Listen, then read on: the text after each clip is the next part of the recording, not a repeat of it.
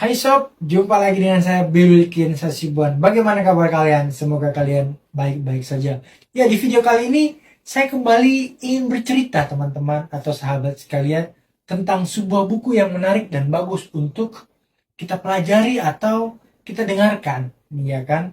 Nah, buku itu berjudul Mimpi Jadi Caleg. Kira-kira seperti ini teman-teman, covernya belakangnya. Mimpi Jadi Caleg. Nah, sebelum saya bercerita tentang isi buku ini teman-teman, ada cerita menarik dari buku ini hingga bisa sampai di tangan saya. Kami waktu itu teman-teman saya itu sedang jalan-jalan, ceritanya jalan-jalan ke sebuah mall yang ada di Kota Batu.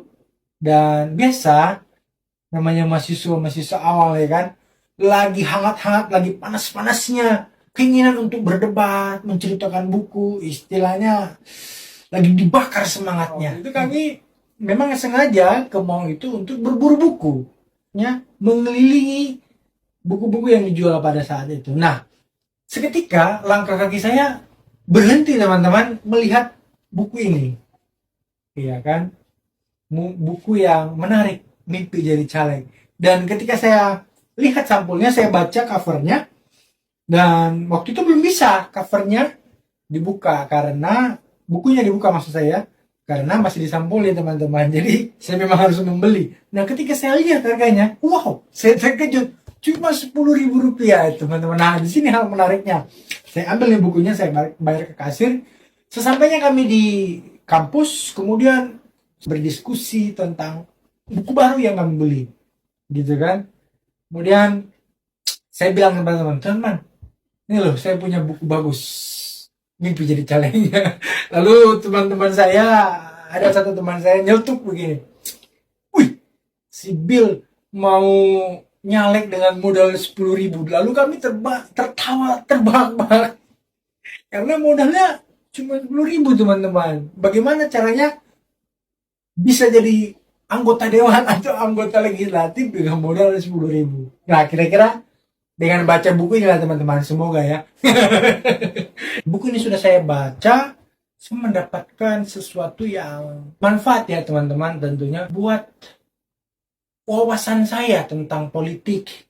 Dan saya akan bercerita kepada kita tentang isi dari itu, Christine Sama dan Francisca Ria Susanti yang menerbitkan Kompas. Jadi buku ini sangat bagus, menceritakan kisah-kisah para calon legislatif, khususnya tahun 2014 ya teman-teman, yang mereka sedang mencalonkan diri untuk merebut kursi anggota dewan tersebut. Nah, kisah awal di dalam buku ini diceritakan tentang kegagalan orang-orang yang mencalonkan diri sebagai anggota legislatif, teman-teman. Nah, kisahnya itu dari seluruh Indonesia, teman-teman.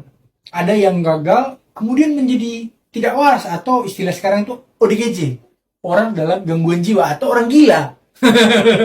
Karena gagal tadi, banyak utang, akhirnya mereka gila, dan ada yang juga pura-pura gila. Tapi ada kisah menarik saya baca, kalau tidak salah saya, di NTT teman-teman. Seorang calon legislatif yang kalah ini menabrakkan diri ke pohon dengan maksud ingin meninggal atau ingin mati, tetapi tidak mati teman-teman. Betapa lucunya kejadian ini, dia tidak mati dan menanggung malu yang lebih besar. Nah, kira-kira buku ini menceritakan apa yang menjadi penyebab kegagalan tersebut, kemudian bagaimana cara untuk mendapatkan hati rakyat, bagaimana cara menyusun strategi, kemudian bagaimana memenangkan pemilihan legislatif ini.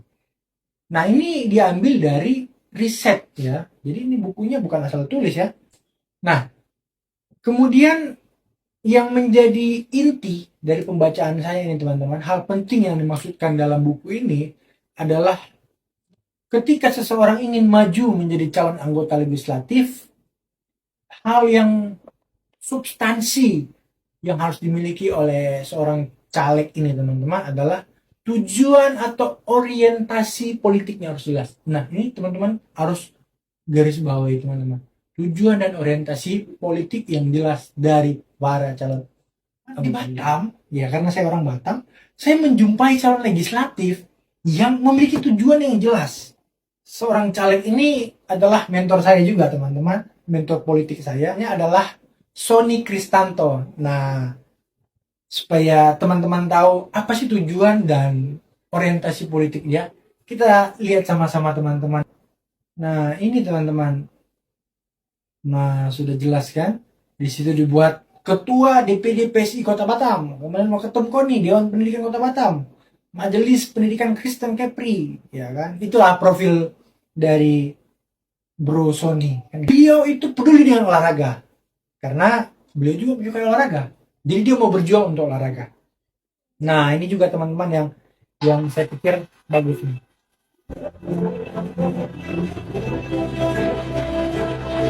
Kunci nyata adalah pembangunan pendidikan. Kali game seperti ini teman-teman harus terukur karena sudah jelas orientasinya apa, ya kan?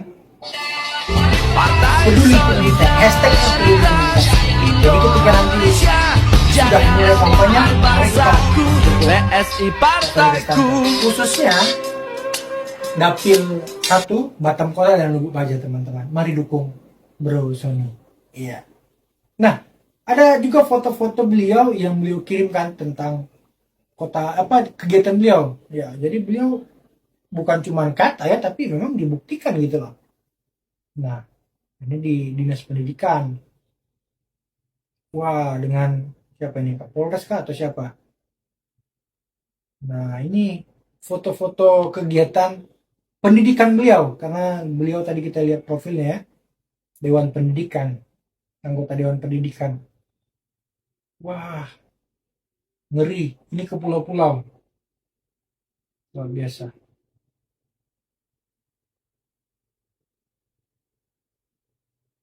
Nih beliau mungkin sedang memimpin apel gitu ya, apel pagi.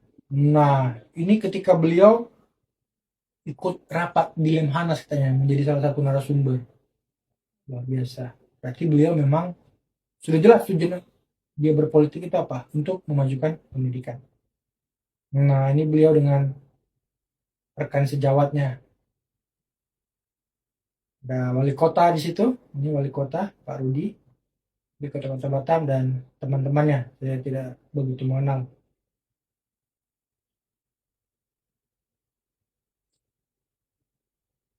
Nah, ini kegiatan main tenis meja. Wah, luar biasa.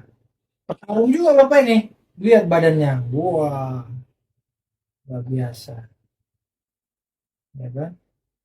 Oh, ini pemain golf handal. Main catur juga luar biasa Pak Sumi.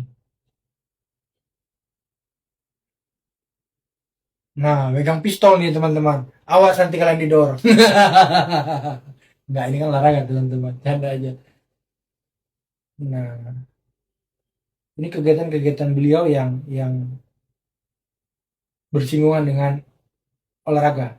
Jadi kita bisa lihat langsung teman-teman bahwa sudah jelas apa yang menjadi tujuan dan orientasi dia berpolitik. Wah, nih.